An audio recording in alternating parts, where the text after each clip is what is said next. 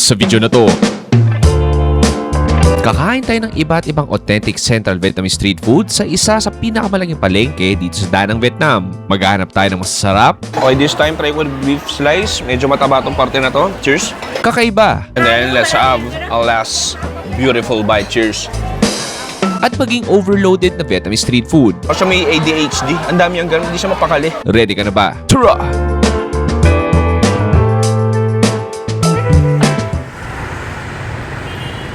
Okay pare, isang magandang araw dito sa Danang, Vietnam. Kamusta kayo? Okay naman ako. Kamusta inyo ako?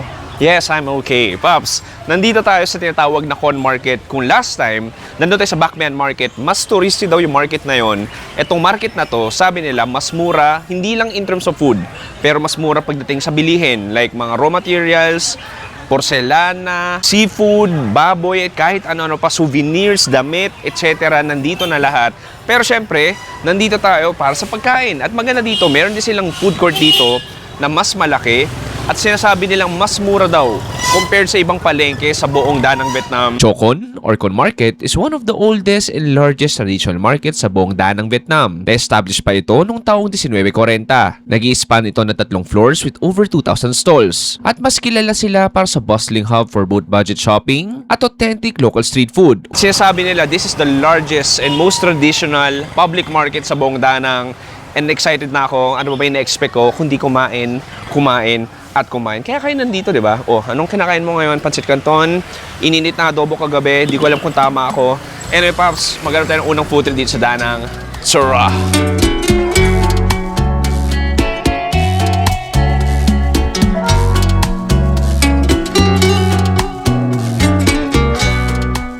Okay pare, simulan natin unang food trip sa isang very traditional Vietnamese street food, Vietnamese heavy meal na tinatawag na bun bue, which is ito na yun. Order tayo sa 1 bun bue.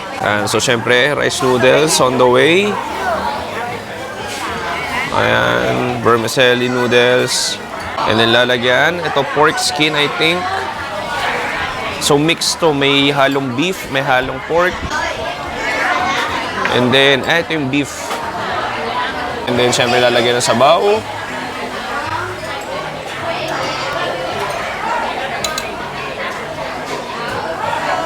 Look at that.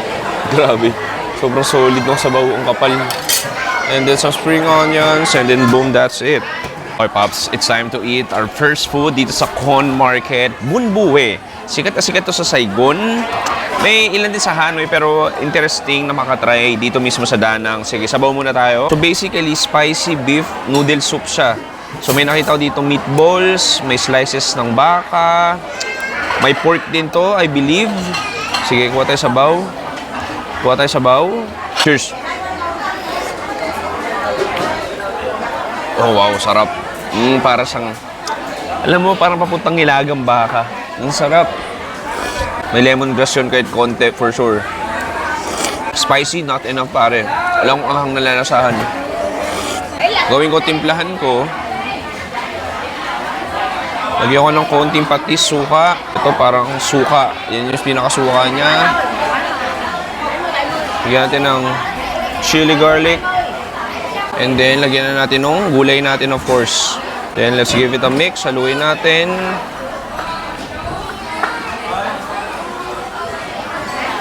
And then, tikman na natin. Siguro, bahala na kung ano makuha ko. O that. Cheers!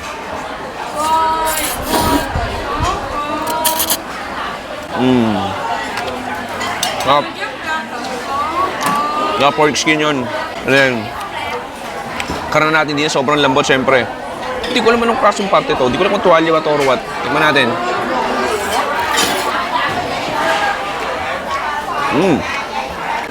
Dila. Yun nakita ko.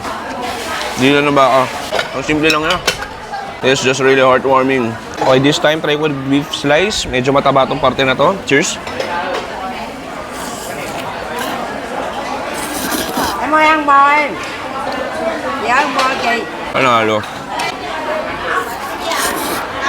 Di hamak mas malaki to na na food court kesa dun sa isang napuntahan natin nung una. Tara natin yung meatballs. Sarap. Parang longganisa. Anyway, Paps, ubusin ko na to. And ikot-ikot pa tayo. Hanap tayo next food trip.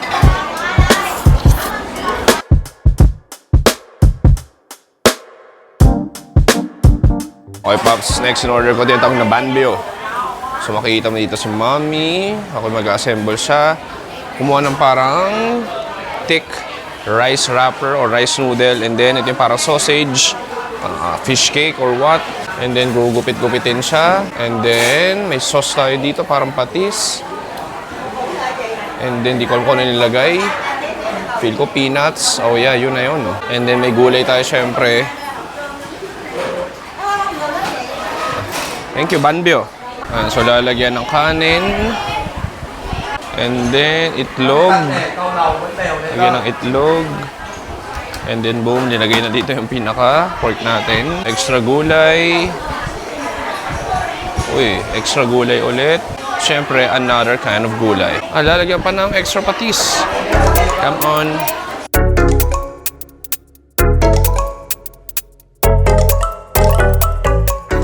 Okay pare, ito na yung next food trip natin. Dalawang putahe ito, isang banbyo, water fern cake, tapos isang tinatawag na comtit trung. So basically, rice meal siya na may pork ribs.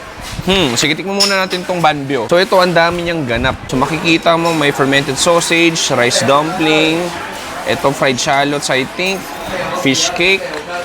Yellowin natin konti. Kuha ko ng rice dito. Lagyan natin siguro ng itong sausage na to. Ayan, look at that. So, nakabalot na yung sausage. Cheers!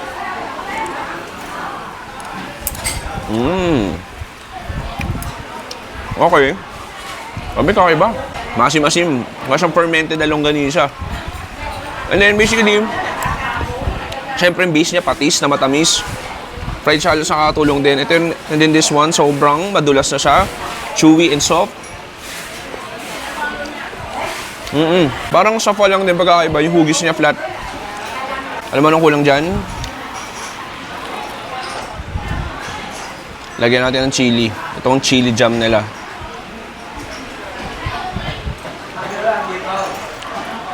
Okay, haluin natin. Haluin natin yung chili jam. Okay, try natin to.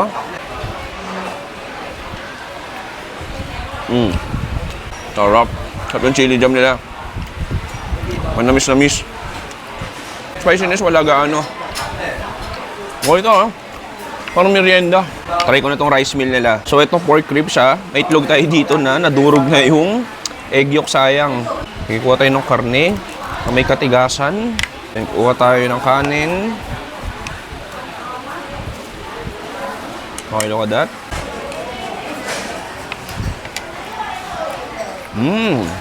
Interesting. Akala ko manamis-namis yung marination ng pork nila, pero hindi.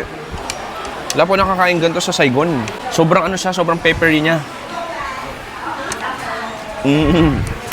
Tapos feel ko smoke din ko. Nakakatuwa lang doon, hindi siya sobrang lambot. Tapos yung sauce niya, parang may nilagay na patis din Para hindi makonsensya, kain tayong konting gulay. Mas nasarap dito kaysa din sa rice meal. Ngayon, Papas, maniwala ka, ang dami pang food stalls dito. For sila next food trip.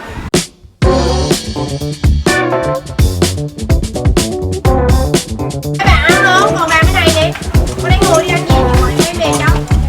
Anh em quẹo phải qua đây đi em. Thẳng ra quẹo phải qua đây.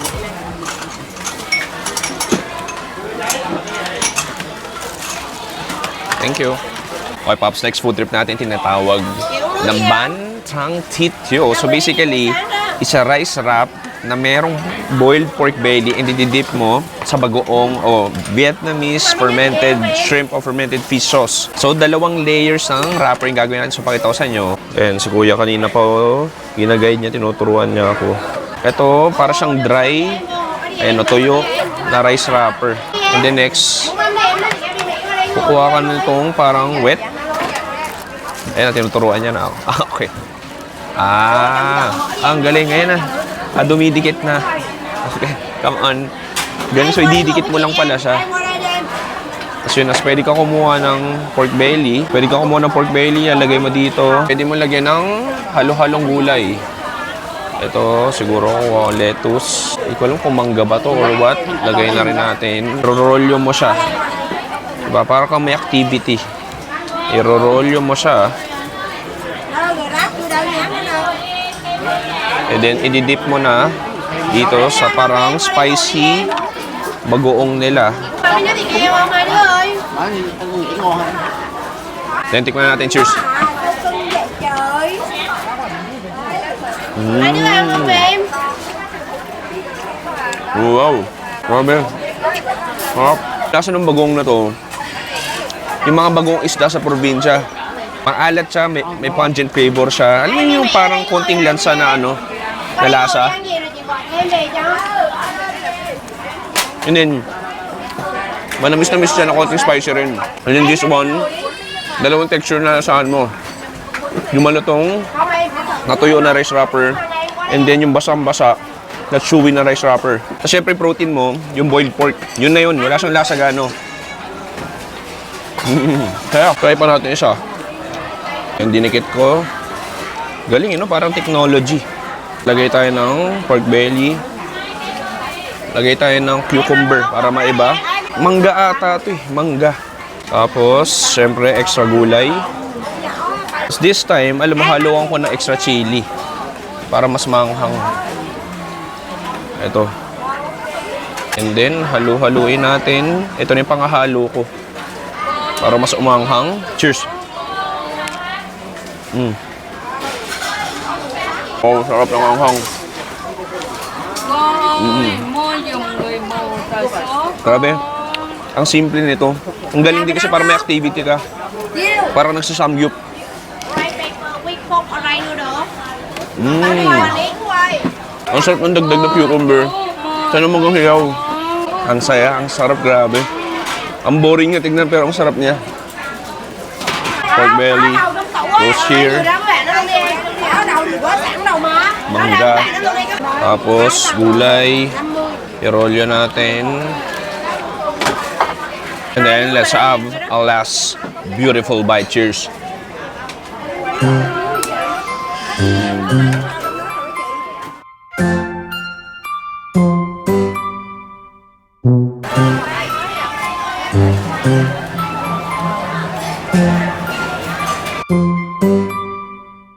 Pare, next food trip, ito na yung order ko. Ito yung Chek Thai Sao Ring. So basically, it's a Thai durian dessert pero nandito sa Danang.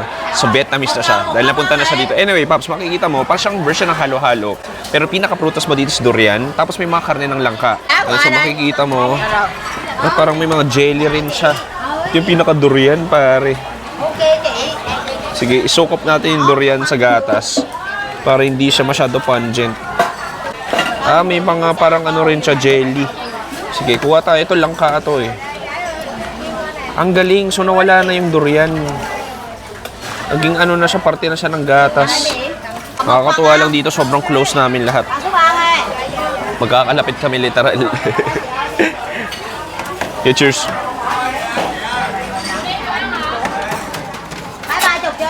Oh, wow. Ang galing. Unang higop mo, nag-fusion na yung durian doon sa gatas. So parang ininom mo ng gatas, parang durian milk na siya. And then, biglang nagsasubside yung lasa ng durian. Pag ginagat mo yung jackfruit o yung langka, yun na yung nalalasahan mo. Sarap! To be honest, masarap siya. Tapos parang may mga jelly rin siya. Kita yung tayo na ibang parte.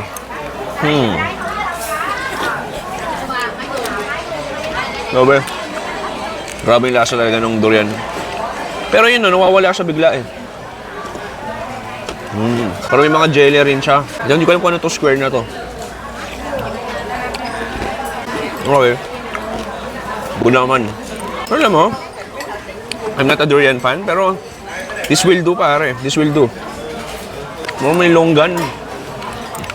Ang daming gano'n. Ang daming nangyayari.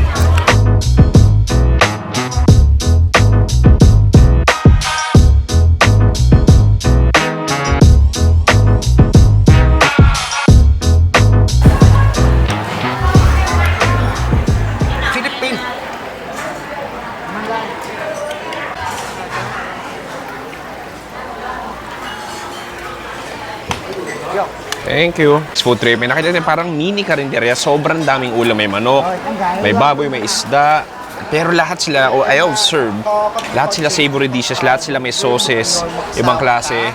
Pero pinili ko is ito. Ang aking pinili is itong parang glistening pork belly na merong quail egg. Diba? Quail egg. So, itikman nga muna natin tong pork belly natin. Tapos kuha ng konting kanin. So, may gulay din pala to. Cheers.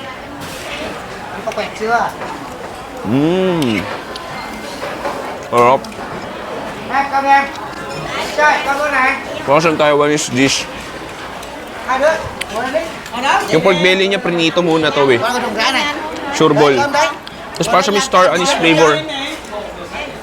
Ang sarap ng sigawan sa likod ko. Welcome to Vietnam talaga. Interesting yung lasa niya.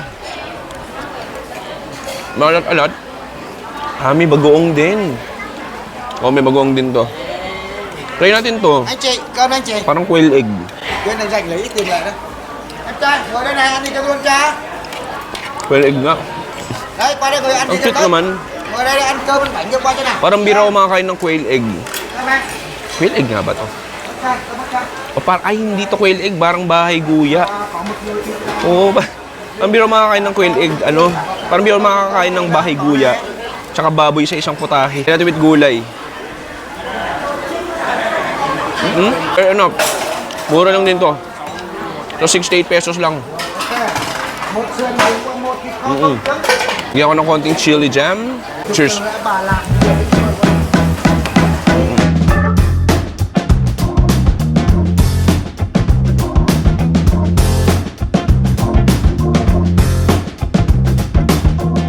Okay, Pops, ito yung Mi Quang Sua. One of the best danang food na kailangan mo i-try pag pumunta ka dito. Ayan, so...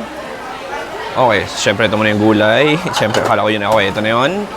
So, mag-blanch siya. Nakita mo kakaiba, yellow thick noodles yung gamit nila dito. And then, iba-blanch siya.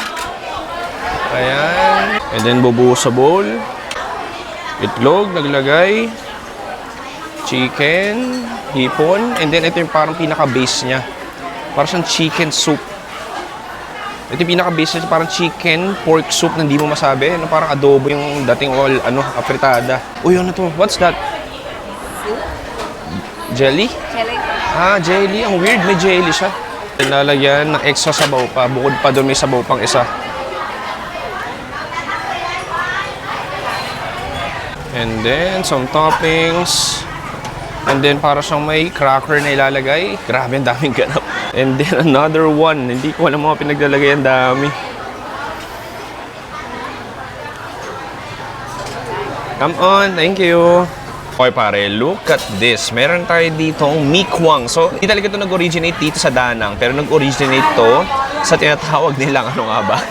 Sa Quang Nam Province. Dito sa, pero Central Vietnam din siya. Sa Quang Nam Province, ito pa sobrang overload. So may chicken siya, shrimp, meat, eggs, may itlog siya, o parang bahay guya, tapos may jellyfish din siya, di ba? May peanuts, and then yung noodles niya kaya dilaw dahil may turmeric siya. Ang daming ganap. Alam mo gusto kong gawin? Tikman lang muna yung sabaw.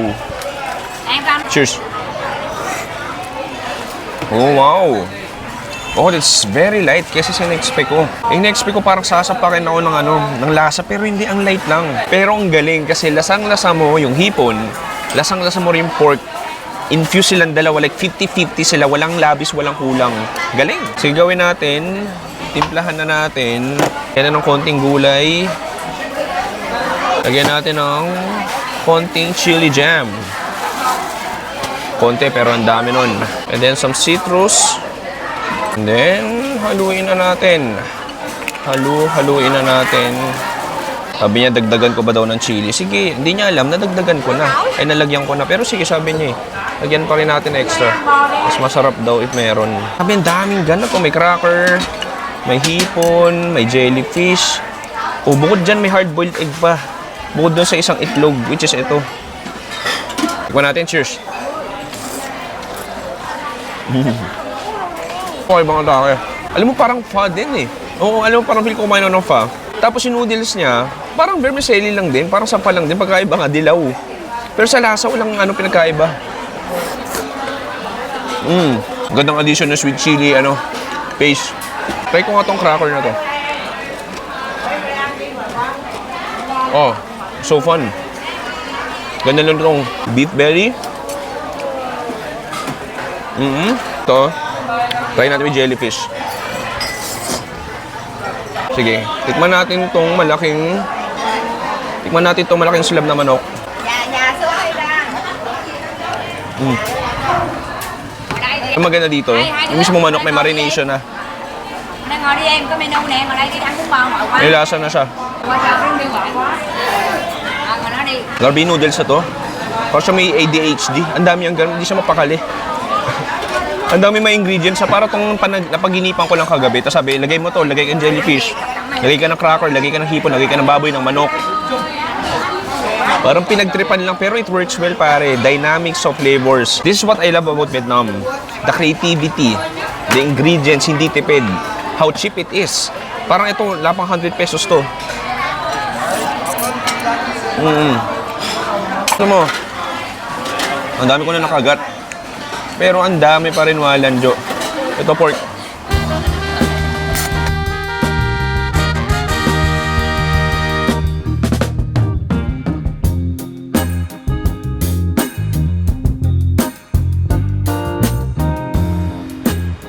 Pops, dito nagtatapos ang ating ultimate cheap street food tour dito sa Da Nang, Vietnam, dito sa Con Market. Masasabi ko, sobrang daming pwede magpilian ng mumura ng pagkain, di gano'ng kamahalan. Parang wala pang 500 pesos na gastos ko or mga 600 ata. Anyway, Pops, mag-subscribe ka na sa main channel natin, The Chewy Show.